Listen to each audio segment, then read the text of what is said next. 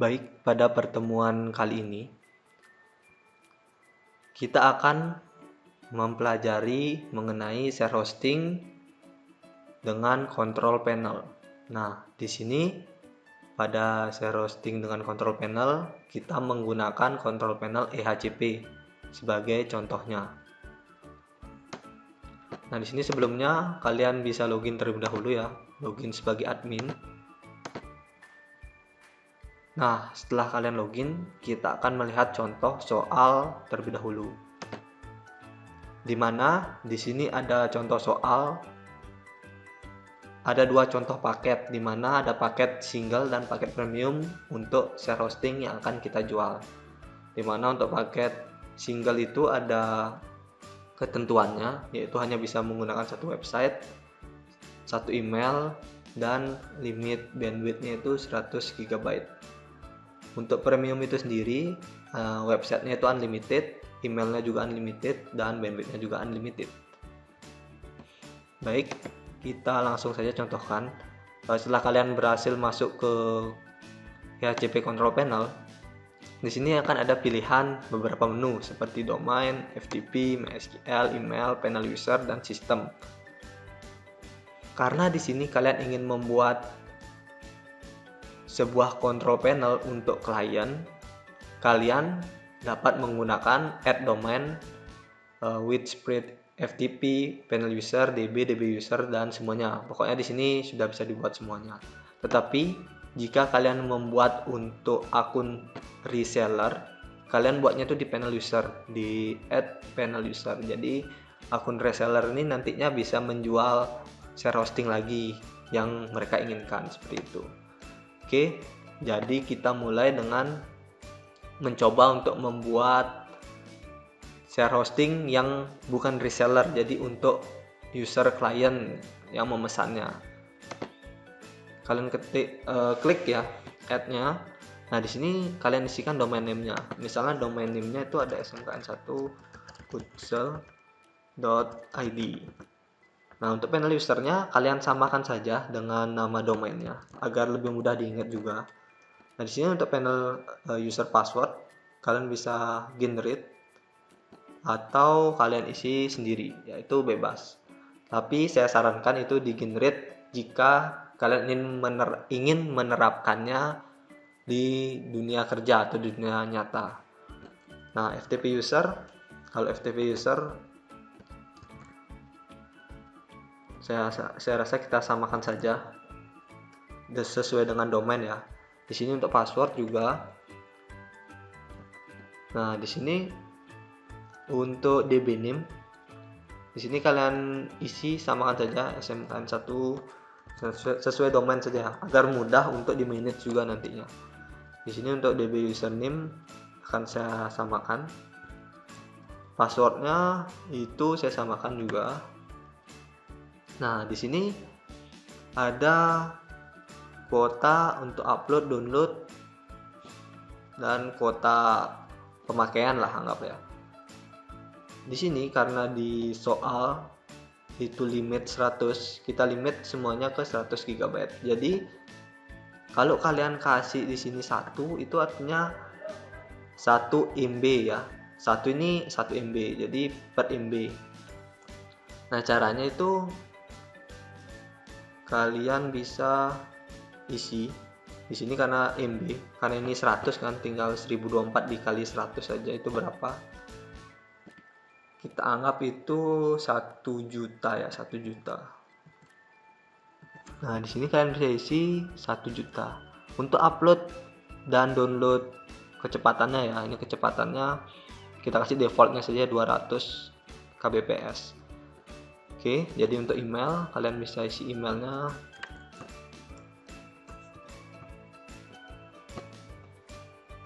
Ya, emailnya bebas ya, sesuai ketentuan. Nah, di sini ada time out date. Nah, di sini masa berlaku domain itu bisa kita buat. Nah, biasanya kan masa berlaku domain itu selama 1 tahun. Jadi sekarang kita buat 2021/08/ bukan strip ya, bukan /strip 25. Nah, di sini kalian sudah selesai membuat, tinggal di submit saja. Oke, ini sudah berhasil ya, sudah berhasil. Nah, langkah selanjutnya kita tinggal masuk ke panel home lagi ya. Di sini panel home. Nah, kita masuk ke list panel user. Nah, pada list panel user ini kita edit di bagian panel user. Nah, di sini kita cocokkan di mana max domainnya itu 1. Terus ada maksimum emailnya juga 1. Jadi di sini kita ubah menjadi 1. Nah, max panel user kan di sini bukan reseller, jadi kita kasih 0, FTP kita kasih 1, DB kita kasih 1 ya, karena memang di situ tidak ada arahannya. Jadi kita kasih 1 saja. Untuk nama kita kasih nama pembelinya. Nah, di sini emailnya sudah ada. Tinggal kita submit. Nah, sudah berhasil. Oke. Sekarang kita coba untuk masuk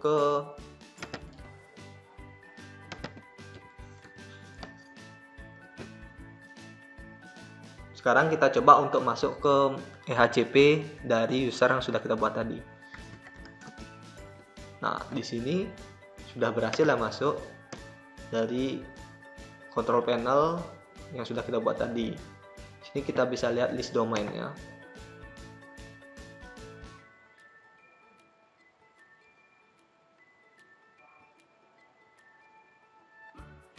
Di sini nggak ada ya list subdomain maksudnya. Nah, kalian bisa buat subdomain di sini.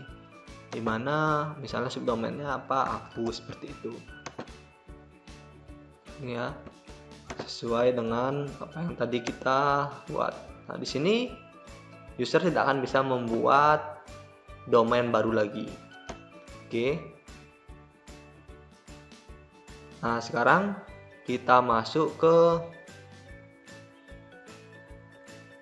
kita bahas dulu sedikit ya. Kita bahas sedikit mengenai menu-menu apa saja yang ada di control panel ini. Nah, yang pertama itu ada di menu email. Email ini dimana setiap hosting pasti biasanya mendapatkan sebuah email tersendiri karena dia memiliki domain. Jadi bisa buat email sendiri. Di sini sudah ada aplikasinya, bisa menggunakan secure mail atau root kube. Nah, di sini sayangnya untuk di EHCP ini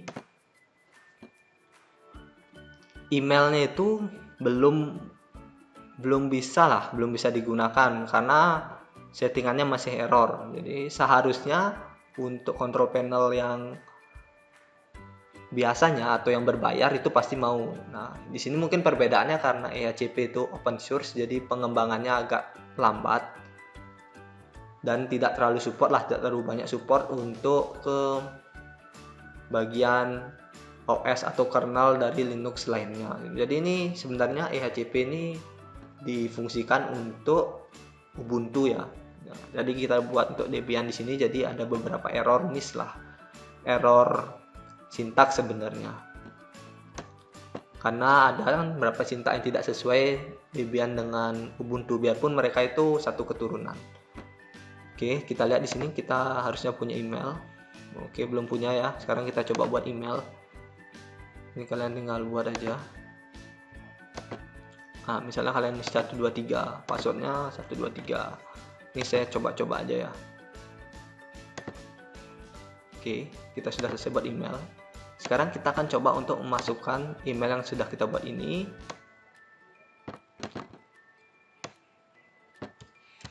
ke aplikasi yang ini, ya, aplikasi emailnya ya, di secure mailnya tadi. Kita coba apakah mau. Nah, di sini kan terlihat errornya, yaitu IMAP error. Maka dari itu saya bilang untuk konfigurasi dari EHCP itu, saya bilang konfigurasi email atau secure mail dari EHCP untuk Debian 8 itu masih ada yang salah. Jadi di sini IMAP-nya dibilang error. Nah, karena instalasi mail server di Debian dan di Ubuntu itu memang agak berbeda sedikit sintaknya. Kalau kalian mau coba yang berhasil, kalian bisa coba di Ubuntu. Saya sendiri sudah mencoba di Ubuntu dan itu berhasil untuk di secure mail-nya. Oke, Itu ya. Tadi kan emailnya satu tuh. Coba kita buat, apakah bisa dia buat lebih. Nah, di sini sudah terlihat ya, dimana email tuh hanya bisa dibuat oleh satu, karena pada settingan sebelumnya kita kan buatnya cuma untuk satu email aja di settingan klien ini. Oke, di sini sudah ya. Sudah oke. Nah, selanjutnya itu ada di MySQL. Nah, MySQL ini kalian bisa lihat listnya, di sini belum ada. Sebenarnya kalian bisa membuat usernya. Di sini buat user, dbname di user. Tadi kan sebelumnya kita juga sudah buat.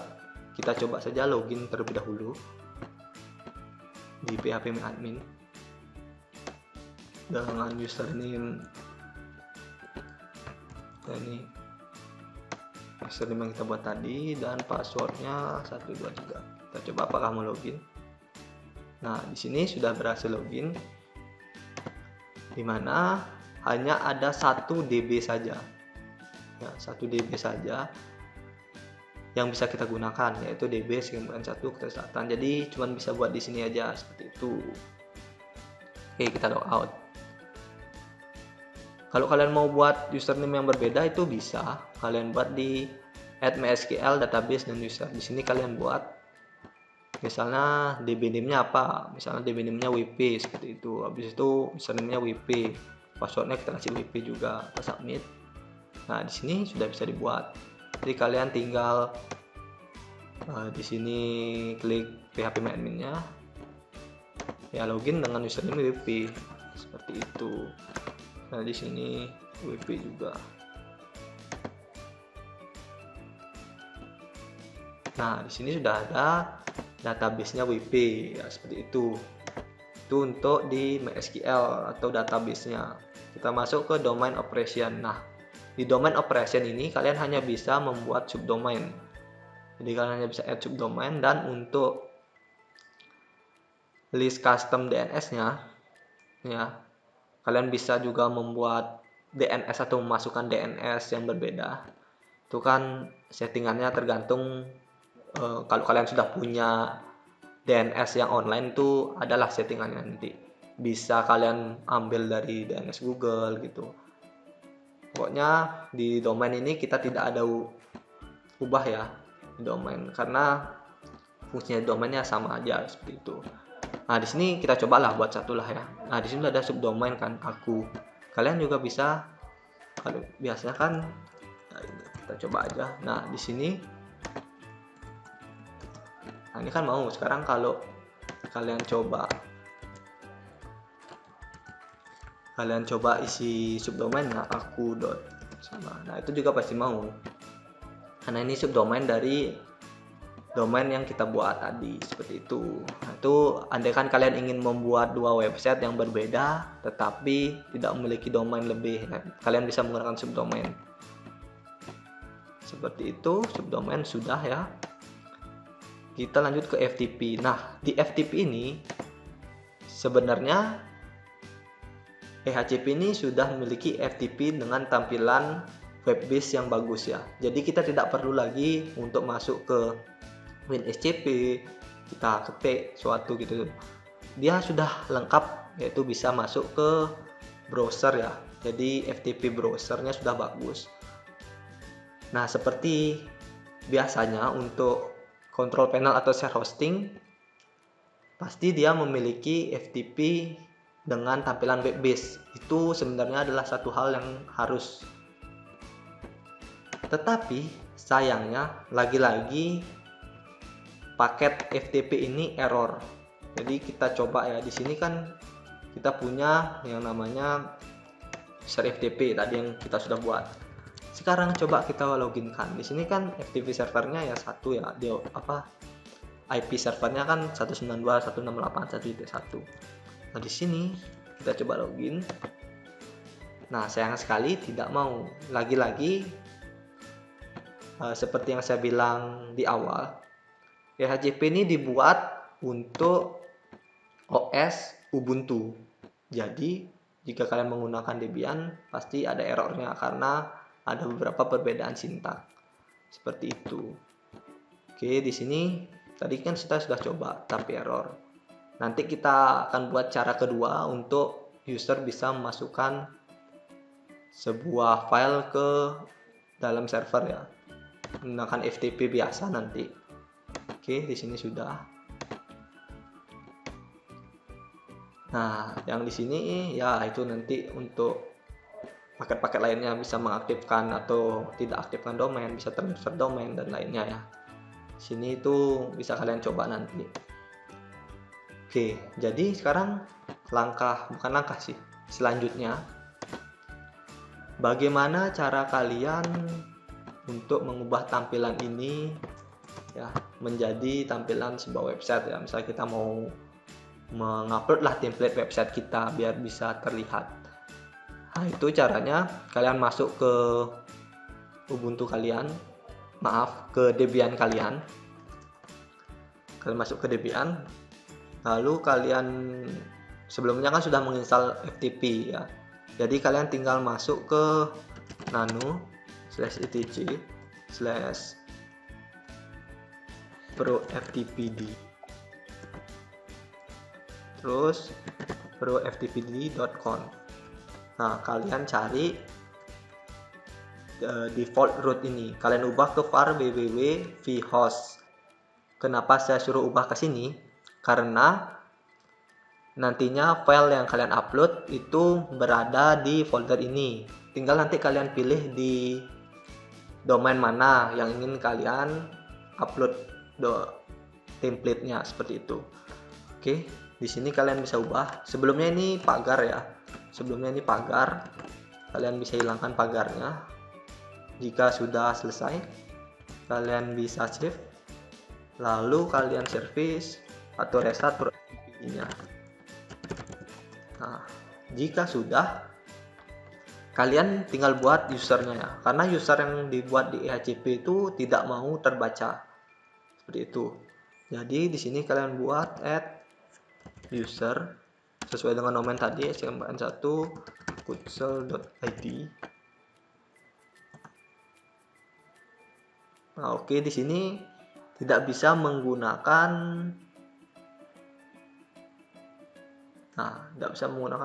.id ya. Oke, bad name ya. Jadi kita kasih smkn1 kutsel seperti itu aja. Nah, di sini kalian buat passwordnya. Kalian enter. Ya, sama seperti membuat FTP yang seperti waktu itu kita buat. Nah, di sini kalian harus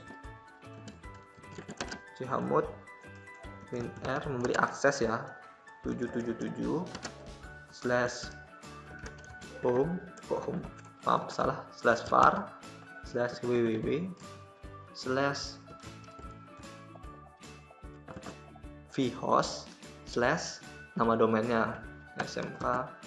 Nah, ini kalian bisa enter. Jika sudah, kalian bisa coba untuk masuk ke dalam FTP. 192.168, masukkan seperti biasa ya, hostname-nya itu bisa domain ya. Di sini bisa domain, bisa hostname ini bisa, kalau domain itu bisa sih smkn1 kutsel.id. Seperti itu bisa. Terus usernya tadi kita buat smkn1 kutsel. Lalu passwordnya yang kita buat tadi. Kita coba login. Nah, di sini sudah masuk. Sekarang di folder si user itu kan ada di smkn1 kutsel.id. Nah, di sini. Tetapi jika dia misalnya seandainya dia masuk ke agung.com ini. Nah, seharusnya dia tidak akan bisa mendelete index.php-nya. Nah, di sini pada saat kita menghapus file tadi kan mau tuh. Caranya agar hal itu tidak terjadi, kalian bisa mengubah kepemilikan dari folder tersebut atau ownernya. Nah, di sini kita belum melakukan settingan kepemilikan pada folder. Kita bisa lihat di sini ya, pada folder agung.com dan smkn1 kutsel.id. Di sini sebelumnya saya sudah memiliki Nah, sebelumnya di sini kan kita baru memiliki satu buah FTP saja, satu buah user FTP. Di sini kita buat user FTP kedua. Itu add user SMK, seperti itu saja.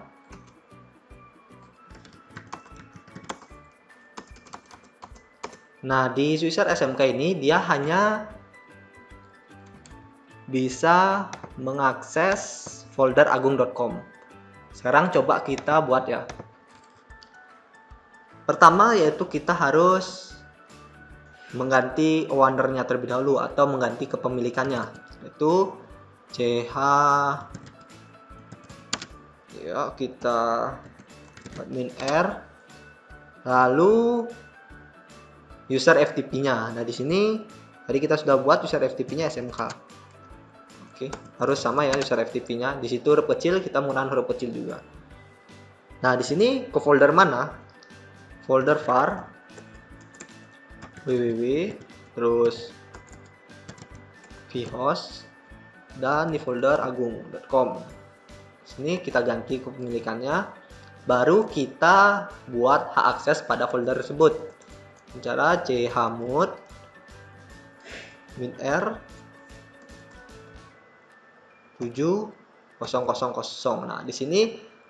Nah, di sini maksud dari 700 ini. Nah, bagian pertama ini yang 7 itu menandakan hak untuk user atau pemiliknya bisa melakukan apa, seperti itu. Baris yang kedua, 0 yang pertama ya, baris yang kedua itu menandakan grup. Apakah dalam folder itu terdapat sebuah grup dan grup itu bisa melakukan apa saja, seperti itu. Jadi yang kedua itu menandakan grup dalam FTP bisa melakukan apa saja. Dan yang ketiga adalah siapa saja yang masuk ke folder itu bisa melakukan apa, seperti itu. Nah, di sini akan saya jelaskan sedikit di mana dalam hak akses pada Linux itu ada ketentuannya. Angka 0 itu artinya tanpa hak akses atau user tidak dapat melakukan akses apapun. Angka 1 artinya adalah eksekusi. Angka 2 artinya hanya bisa menulis saja. Angka 4 hanya bisa membaca saja atau melihat.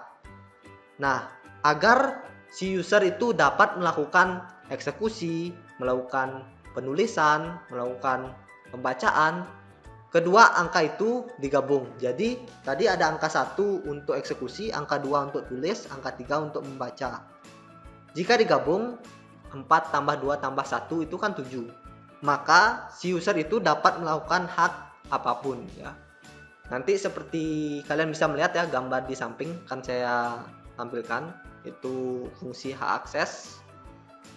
Nah, di sini artinya adalah user yang memiliki folder tersebut dapat mengedit, menulis, ataupun membaca. Nah, grup yang dapat mengakses folder tersebut tidak dapat melakukan apapun. Yang terakhir adalah user siapapun yang masuk ke folder tersebut tidak akan dapat melakukan apapun. Oke, jadi kita enter. Nah, di sini agung.com itu hanya dimiliki oleh user FTP SMK. Kita coba membuat user SMKN1 futsal itu hanya bisa mengakses folder smkn1 futsal.id. Kita coba ya. Futsal. Nah, di sini kita ubah. Oke. Kita ubah kepemilikannya. Baru kita chmod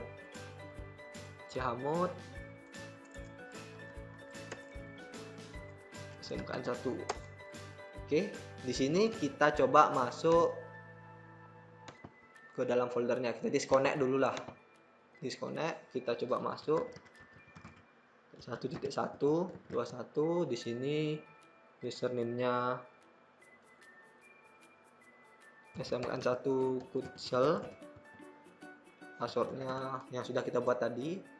Oke, di sini sudah masuk. Kita coba masuk ke agung.com. Nah, di sini sudah tidak bisa. Tadi kita kan bisa masuk. Di sini kita tidak bisa mengakses agung.com. Untuk SMKN1 apakah bisa? Nah, di sini kelihatan ya sudah bisa mengakses SMKN1. Kita lihat apakah kita bisa membuat sebuah file.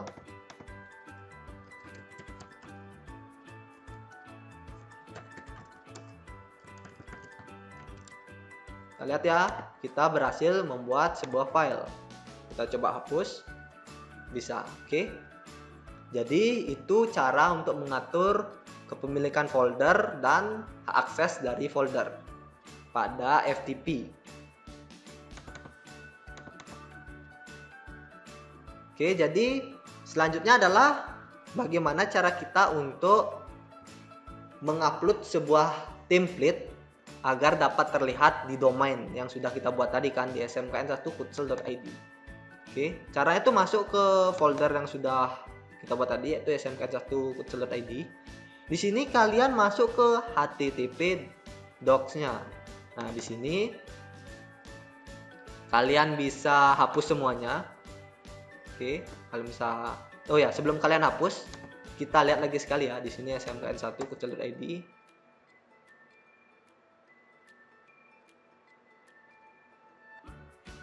Nah, di sini dapat kita lihat di mana website yang kita akses sudah tidak diberikan permission akses ya, karena sebelumnya itu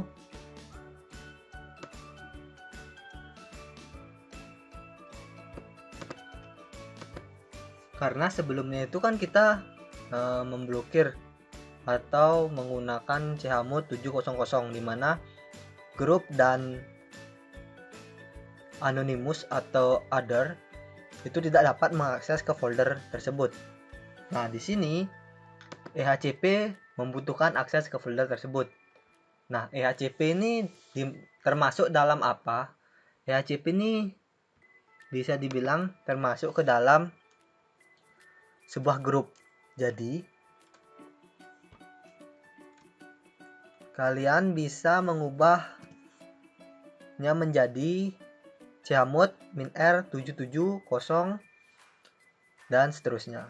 Di sini kita coba ya. Oke. Nah, di sini sudah berhasil kembali kebuka. Sekarang kita kembali ke WinSCP-nya. Nah, di sini kita bisa hapus semua folder.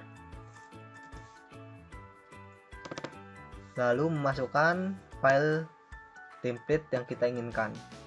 Nah, di sini sudah ya. Sekarang kita coba reload lagi.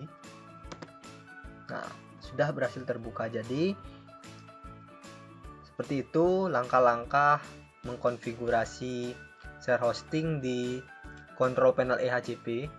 Ya, biarpun ada beberapa hal yang memang harus kita lakukan secara manual, tapi overall semuanya sudah bisa kita lakukan secara otomatis ya. Seperti membuat domain, membuat user panel, itu kan kita lakukan secara otomatis di web base atau di web EHCP-nya. Nah, setelah kita melakukan konfigurasi share hosting dengan control panel EHCP dan menggunakan Debian-nya langsung secara manual kita buatkan waktu pertemuan sebelumnya, dapat kita lihat di mana membuat share hosting dengan control panel itu akan jauh lebih mudah ketimbang kita menggunakan settingan manual. Selain itu, share hosting dengan control panel juga akan mempermudah user untuk melakukan konfigurasi yang mereka inginkan. Jadi mereka tidak perlu berurusan lagi dengan server, mereka hanya berurusan dengan graphical, dengan web base-nya. Mereka tinggal mengklik saja untuk melakukan konfigurasi, dan itu memang tujuan dari share hosting. Dimana saya tegaskan lagi, share hosting itu adalah satu buah server dapat digunakan oleh banyak orang. Jadi tujuan dibuatnya share hosting ini kan sebenarnya untuk mereka atau orang-orang yang baru ingin pertama kali terjun untuk membuat website mereka menjadi online seperti itu. Nah, tentu saja orang yang baru terjun yang tidak mungkin bisa langsung melakukan settingan server yang mungkin tidak terlalu biasa karena bersifat command line. Maka dari itu, control panel ini sangat sering digunakan pada sebuah shared hosting. Baik, sekian pertemuan kali ini. Untuk pertemuan minggu depan, kita akan membahas virtual private server, tapi kita akan mengenal apa itu virtual private server terlebih dahulu.